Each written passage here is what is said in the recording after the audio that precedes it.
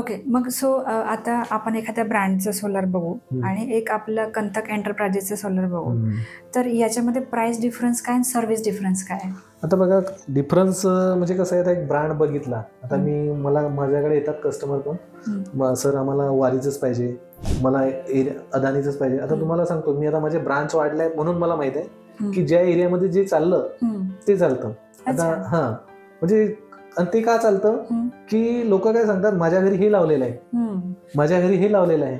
म्हणजे इथं काय होतंय, कोणी लावलं हे नाही विचारत, माझ्या घरी म्हणजे जो कस्टमर आहे सांगणारा तो काय सांगतो की माझ्याकडे वारी कंपनीचं लावलेलं आहे, माझ्याकडे टाटा कंपनीचं लावलेलं आहे किंवा अदानी कंपनीचं लावलेलं आहे. तो आमचं नाव नाही सांगत की यांनी या व्यक्तीने लावलेलं आहे की या कंपनीला लावलेलं आहे.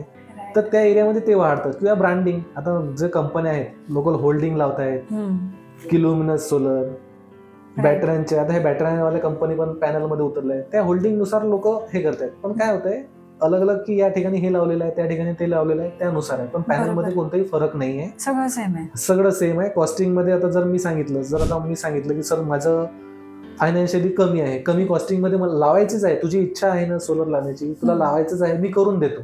अच्छा. संपूर्ण व्हिडिओ बघण्यासाठी द सारिका शो या यूट्यूब चॅनलला आत्ताच भेट द्या.